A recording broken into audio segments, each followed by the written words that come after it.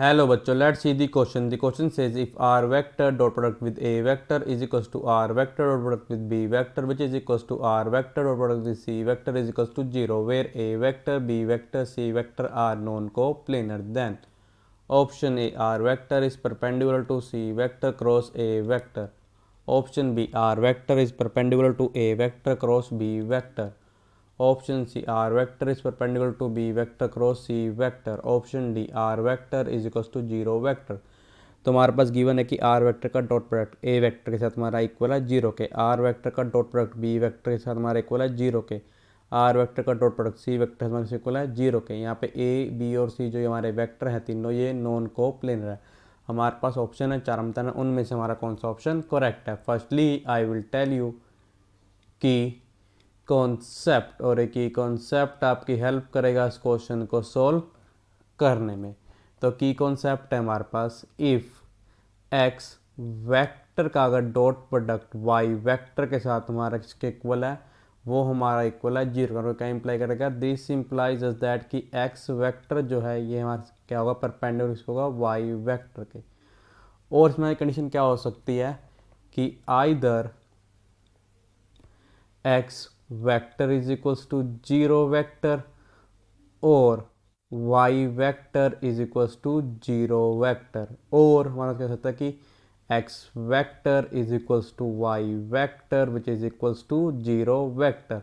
अब हम करेंगे अपने इसकी कॉन्सेप्ट की हेल्प से अपने क्वेश्चन को सॉल्व करेंगे। देखो हमारे पास गिवन क्या है, हमारे पास गिवन है कि r वेक्टर का जो डॉट प्रोडक्ट है a वेक्टर के साथ ये हमारे इक्वल है 0 के, आर वेक्टर का डॉट प्रोडक्ट बी वेक्टर के साथ ये भी हमारा इसके इक्वल है 0 के, और आर वेक्टर का डॉट प्रोडक्ट सी वेक्टर के साथ हमारा इसके इक्वल है 0 के। तो हमारा क्या इंप्लाई करता है? दिस इंप्लाइज दैट कि R vector is perpendicular, R vector हमारा होगा परपेंडिकुलर होगा किसके? To A vector B vector C vector का। तो आर वेक्टर हमारा इन तीनों के क्या होगा, परपेंडिकुलर होगा।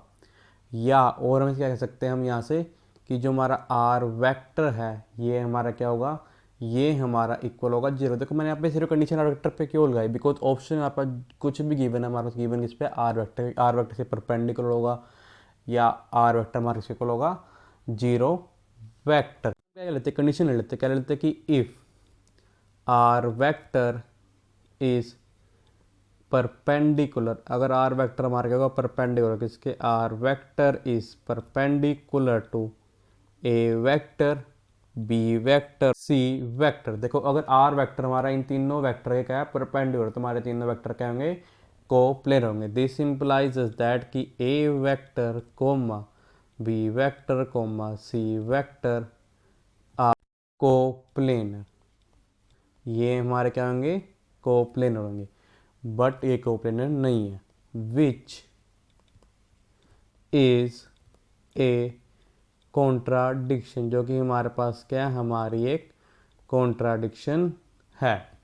दिस इंप्लाइज दैट, कैमरे पर आ जाए कि जो आर वेक्टर है ये हमारे इक्वल होगा, ये हमारे इक्वल होगा 0 वेक्टर। किसका मतलब क्या है कि जो हमारा ऑप्शन डी है वो हमारा करेक्ट ऑप्शन है। So the final answer is option D is correct option. I hope you understood it well. All the best, thank you.